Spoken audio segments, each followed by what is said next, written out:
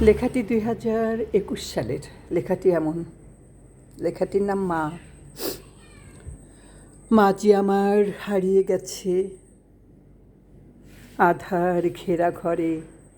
মা কিতাবে পূর্ণিমা চাঁদ জ্যোৎস্না মাখা সুরে হাজার বছর পার করে কি ভুলতে পারা যায়? সেই তো মুখের হাসি মাখা বেহেশতি সুখ হয়। জাগিয়ে তোলে সুরের কথা পাহাড় নদী গায়। কজন তবে চিনতে পারে চাঁদের জোছনায়?